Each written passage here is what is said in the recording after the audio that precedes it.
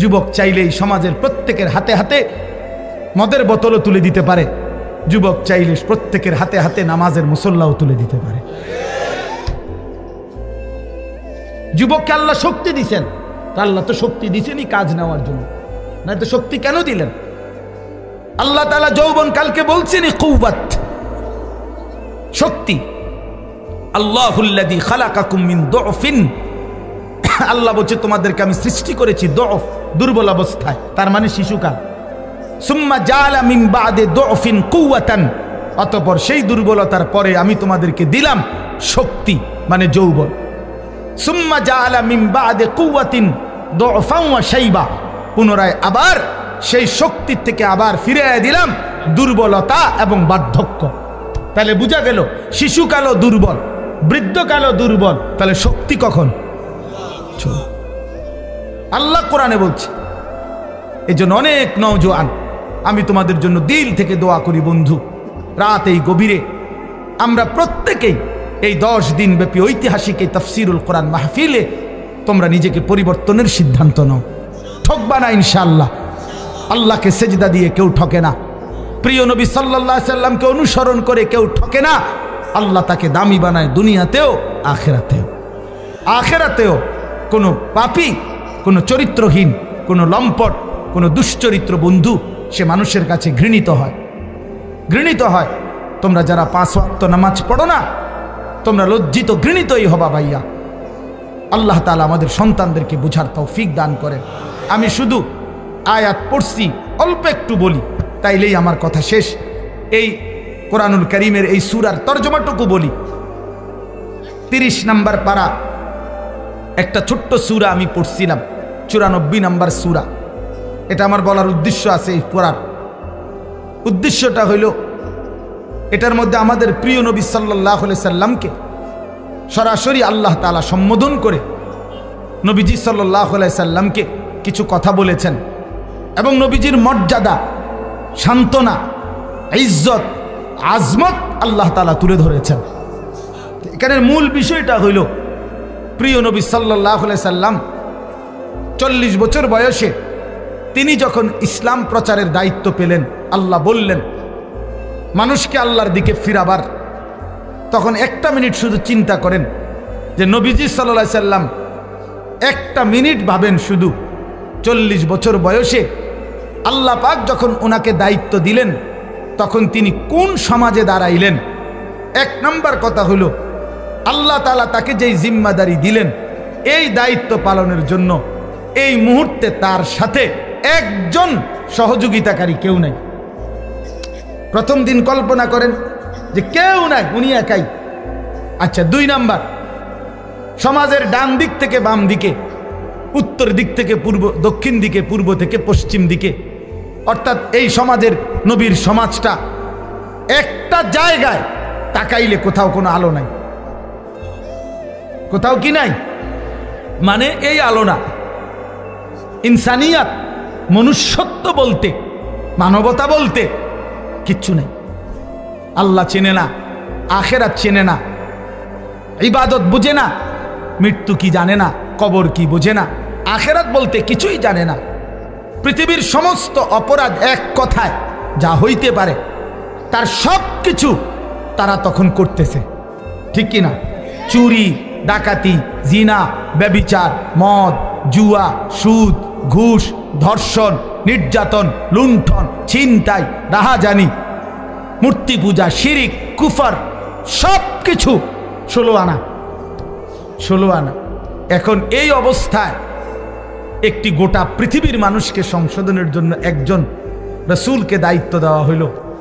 উনি যদি 1 মিনিট চিন্তা করে, হায় আল্লাহ, কোন দিক দিয়ে শুরু করবো,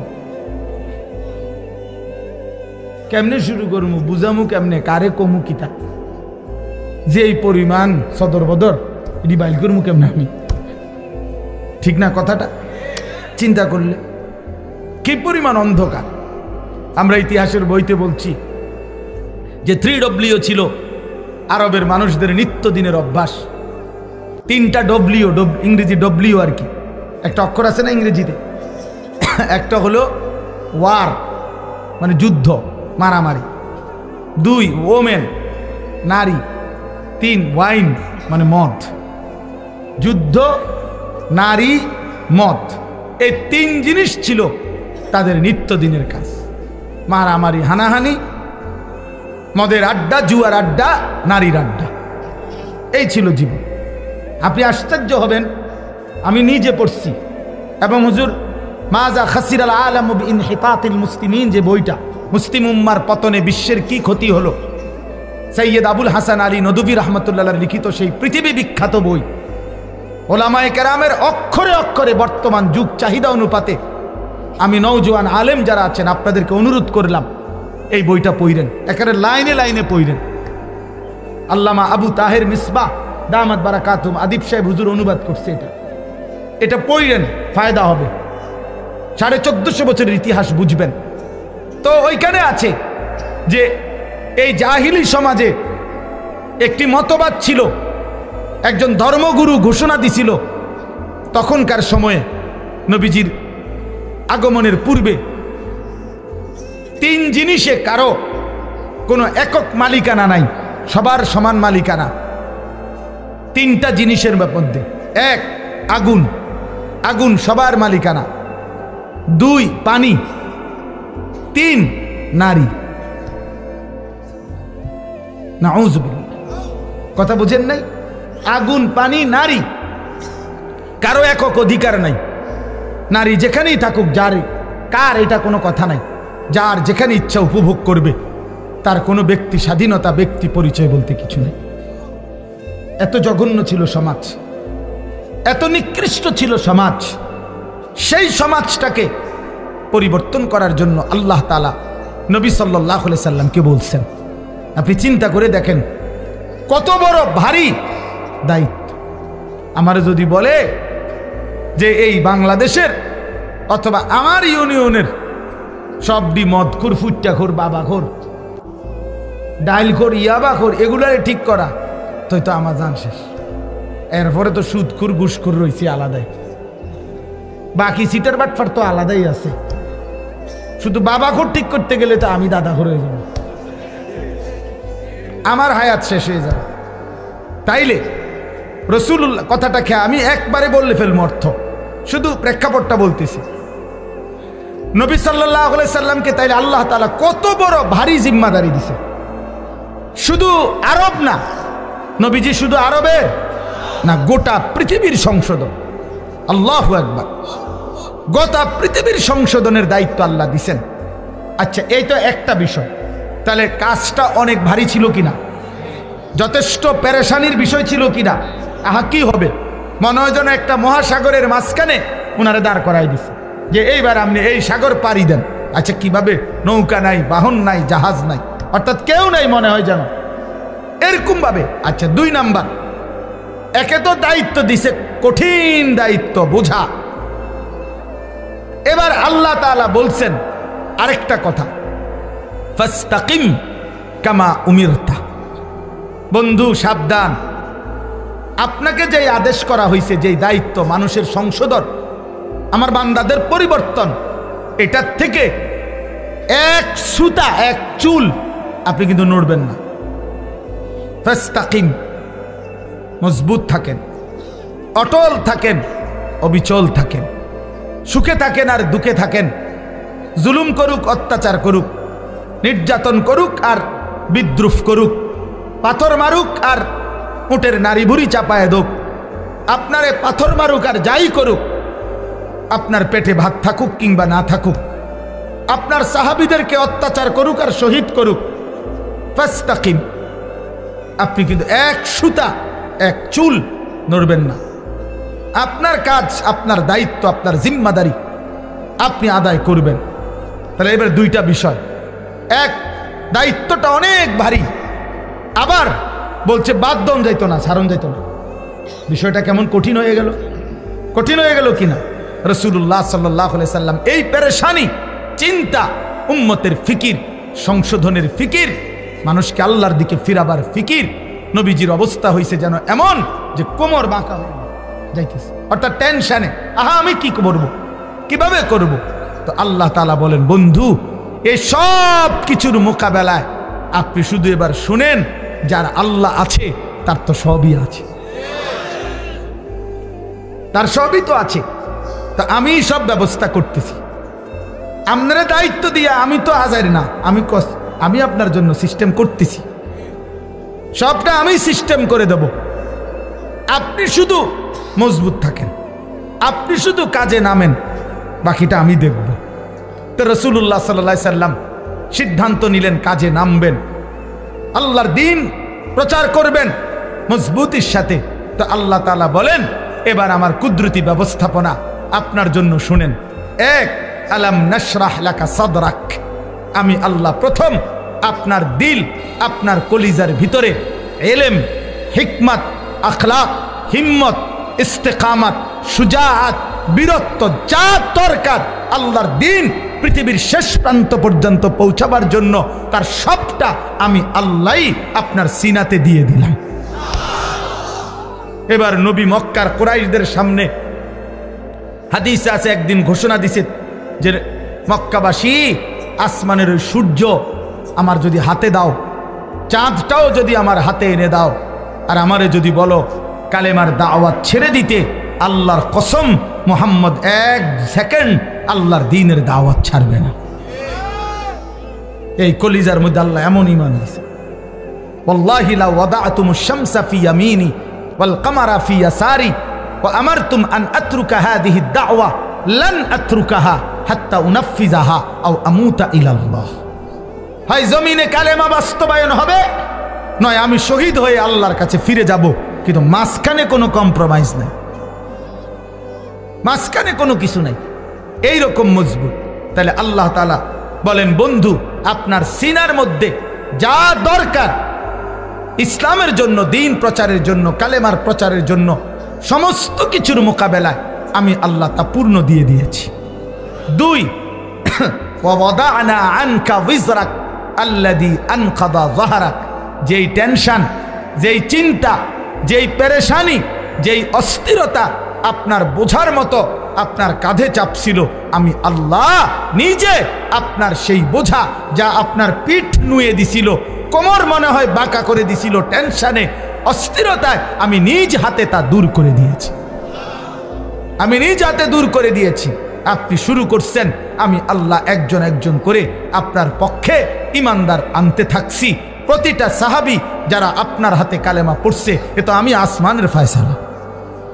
উলাইকাল্লাযীনা ইমতাহানাল্লাহু কুলুবাহুম লিত্তাকওয়া, আমি পরীক্ষা করে করে সাহাবী পাঠাইছি, অতএব আপনার বোঝা আমি আল্লাহই হালকা করে দিয়েছি। এরপরে আল্লাহ বলেন, আরো অনেক ব্যাখ্যা আছে, আমি শুধু সংক্ষেপে বললাম।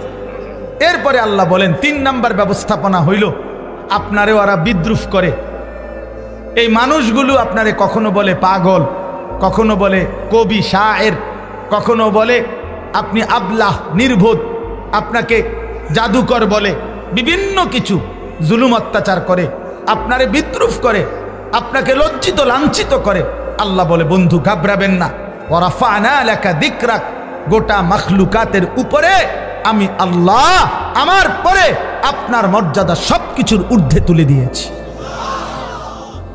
বাদাজ খুদা বুজুর্গ তুই কিস্সায়ে মুখতাসার, আমি আল্লাহর পরে আপনার মর্যাদা সমস্ত সৃষ্টির উপরে, যেন আল্লাহ মেরাজে নিয়া আরশে আজিমের উপরে দাঁড় করাইয়া আল্লাহ যেন নবীকে বলছে, বন্ধু নিচের দিকে তাকায় দেখেন, আমার গোটা সৃষ্টি আপনার কদমের নিচে, আপনি গোটা মাখলুকাতের ঊর্ধ্বে, আমি আল্লাহর পরে, অতএব এটাই আপনার মর্যাদা। এরপরে আল্লাহ যেন বললেন, বন্ধু ওই আজানে দেখেন আপনার আমার নামের সাথে আপনার নামও বলতেছে, ওই একামতে শুনেন আমার নামের সাথে আপনার নামও বলতেছে, ওই নামাজে শুনেন, ওই দেখেন আমার বান্দা বসে বসে আত্তাহিয়াতু পড়ছে, একটু পরেই খেয়াল করবেন আল্লাহুম্মা সাল্লি আলা মুহাম্মদ, আপনার নামও নিতেছে। ও কবরের দিকে তাকায় দেখেন মুনকার নাকির প্রশ্ন করতেছে আমার বান্দাকে, আমার নামও নিছে, আপনার কথাও জিজ্ঞাসা, দেখেন দেখেন দেখেন আপনার কথাও জিজ্ঞাসা করছে। হাসরের ময়দানেও শুনবেন আপনার নাম, জান্নাতেও শুনবেন আপনার নাম। ইদা দুকিরতু জুকিরতা মাই, আমি আলোচিত হলে আপনিও আলোচিত হবেন, আমি আছি তো আপনি বন্ধু আছেন, আমার ইজ্জত সম্মান থাকবে, তো আপনার সম্মানও থাকবে। মোহাম্মদ হামেদে হামদে খুদা বাস, খুদা মদহে আফরি মুস্তফা বাস। আল্লাহর প্রশংসায় মোহাম্মদই যথেষ্ট, মোহাম্মদ সাল্লাল্লাহু সাল্লামের প্রশংসায় আল্লাহই যথেষ্ট। এরপরে আল্লাহ বলেন ফা ইন্না মাআল উসরি ইউসরা, ইন্না মাআল উসরি ইউসরা। আল্লাহ বলে বন্ধু ঘাবড়াবেন না, আমি জানি দ্বীনের এই কাজ করতে গিয়ে, আল্লাহর দিকে মানুষকে ডাকতে গিয়ে, আমার কালেমার দাওয়াত দিতে গিয়ে প্রতি মুহূর্তে আপনি কষ্ট পাবেন, যন্ত্রণা পাবেন, জুলুমের শিকার হবেন। তবে মনে রাখেন, কষ্ট যদি পান একটা, সুখ, শান্তি, স্বস্তি, নিরাপত্তা পাবেন তার দ্বিগুণ, তার দ্বিগুণ, তার দ্বিগুণ। লাইয়াগলিবা উসরুন ইউসরাইনি। এজন্য এটা ইমানদারের জন্য আল্লাহর কথা।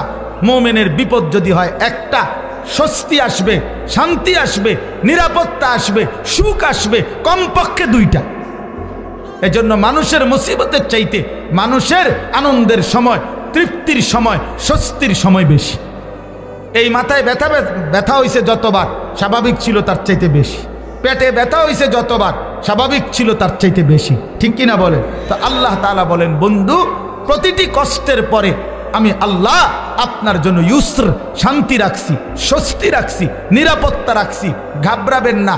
দেখবেন বন্ধু, 10 বছরে 20 বছরে মুসলমান হইছে যে কয়জন, দেখবেন মক্কা বিজয়ের দিন দেখবেন একদিনে মুসলমান হয়ে গেছে 20 বছরের চাইতে বেশি। তার মানে আপনি অল্প সময় মেহনত চালায়া যান, একটা সময় দেখবেন আপনার ওয়ারাআইতান নাসা ফি দীনিল্লাহি আফওয়াজা, দলে দলে, কাতারে কাতারে লোকেরা আল্লাহর দ্বীনের দিকে, ঈমানের দিকে, ইসলামের দিকে আসতেছে। সর্বশেষ কথা হলো আল্লাহ তাআলা বলেন ফাইদা ফারাগতা ফানসাব ওয়া ইলা রাব্বিকা ফারগাব। আমি আগেই বলছি, অনেক ব্যাখ্যা আছে, কিন্তু মূল বক্তব্য হলো এইটা। এই কথার দ্বারা শেষ। আল্লাহ বলছে বন্ধু, আল্লাহ আদর করতে বলছে, যেটা আমার হুজুরও বলতে চাইছিলেন। সারাদিন আপনি মানুষকে কালেমার দাওয়াত দিছেন, তাবলীগ করেছেন, ইমামত করেছেন, সাহাবায়ে কেরামকে তালিম দিয়েছেন, জিহাদের কাজ করেছেন, সারাদিন ব্যস্ত ছিলেন মানুষকে নিয়ে। আপনার পক্ষেও কেউ ছিল, আপনার বিরুদ্ধেও বহুজনের ষড়যন্ত্র ছিল। সারাদিনের এই পেরেশানি, অস্থিরতা শেষ করে আপনি যখন রাত্রিবেলা অবসর হবেন, তো রাত গভীরে আমার কাছে আইসেন, আমার কাছে আইসেন বন্ধু। একাকী তাহাজ্জুদের সেজদায়, তাহাজ্জুদের মুসল্লায় আইসেন। আমি আপনার আদর করে হাত বুলায়া সারাদিনের ক্লান্তি মুছে দেব। ফাইদা ফারাগতা ফানসাব ওয়া ইলা রাব্বিকা ফারগাব। আমার কাছে আমি আদর করে দেব, আমি ধুয়ে মুছে আপনার ক্লান্তি দূর করে দেব, আমি আপনারে সোহাগ করব। আমি বন্ধু আপনার ইজ্জত, মর্যাদা, সম্মান, সান্ত্বনা আপনাকে দিতেই থাকব। ওয়ালাকাদ না'লামু আন্নাকা ইয়াযীকু সাদরুকা বিমা ইয়াকুলুন ফাসাব্বিহ বিহামদি রাব্বিকা ওয়া কুম মিনাস সাজিদিন। আল্লাহ বলে বন্ধু, জানি আমি লোকেদের মন্দ কথা শুনে আপনার মনটার মধ্যে কষ্ট লাগে। তবে যখনই আপনার মনে কষ্ট লাগে, আপনি আমার তাসবিহ পড়েন, আমারে সেজদা দিয়েন, আমি আল্লাহ আপনার দিল শান্ত করে দেব। এজন্য রাত গভীরে আবারও ওই কথা আমার হুজুর বলছেন আপনাদের কাছে, শেষ রাত্রের আমল, শেষ রাত্রের কান্না, শেষ রাত্রের রোনাজারি বান্দাকে যেন আল্লাহ তাআলা একান্তই নিজের করে নেয়। নিজের আল্লাহ যেন বলে, বান্দা তুমি একদমই একা, আমি আল্লাহ তোমার সামনে। বলো বান্দা, তোমার যা কিছু মনের যত কষ্ট, দুঃখ, বেদনা, যা চাওয়া রাতের অন্ধকারে আমাকে বলো, আমি সব দেব, সব দেব, সব দেব। এই জন্য নবীকে আল্লাহ বলছে বন্ধু, সারাদিনের মেহনত থেকে যখন অবসর হবেন, ফানসাব, এবার আপনি আলাদা রাত্রিবেলা পরিশ্রম করবেন, ইবাদত, দোয়া, জিকির, তেলাওয়াত, তাহাজ্জুদ, কান্নাকাটির জন্য আমার দিকে ফিরবেন। আমি আল্লাহ আপনার সমস্ত ক্লান্তি, পেরেশানি, দুঃখ দূর করে দেব। এজন্য শেষ একটা কথা বলি, তায়েফের ময়দান থেকে নবীজি সাল্লাল্লাহু আলাইহি সাল্লাম যখন রক্তাক্ত হয়ে ফিরে আসছিলেন, তখন যেই রাত্রিবেলা যেই আঙ্গুর খেজুরের বাগানে নবী আশ্রয় নিছিলেন, তো সেদিন রাত্রে রক্ত মাখা শরীর নিয়ে আল্লাহর নবী রাত গভীরে একটা লম্বা দোয়া করছিলেন। হাদিসে এই দোয়াটা আছে, লম্বা দোয়া। নবীজি সারাটা শরীর রক্তাক্ত, পায়ের জুতার সাথে লেগে গেছে জমাট রক্ত। এই অবস্থায় রাত্রি অন্ধকারে নবী গভীর রজনীতে আল্লাহ তাআলার কাছে লম্বা দোয়া করছিলেন চোখের পানি ফেলে। ওইখানে একটা কথা নবীজি সাল্লাল্লাহু আলাইহি সাল্লাম বলছিলেন যে আল্লাহ, আপনি আমারে ইলা মান তাকিলনি, এই মাওলা আপনি আমারে কার কাছে পাঠাইলেন? কার কাছে পাঠাইলেন? ইলা বাঈদিন ইয়াতাজাহামুনি, আপনি বুঝি আমারে এমন দূরের অপরিচিত মানুষের কাছে পাঠাইলেন যারা আমারে, আমি তাদেরকে আপনার দিকে ডাকলাম, তারা আমারে এভাবে পাথর মারলো। কোন নবীকে বুঝি মানুষ এভাবে মারে? কল্যাণকামীকে মানুষ বুঝি এভাবে মারে?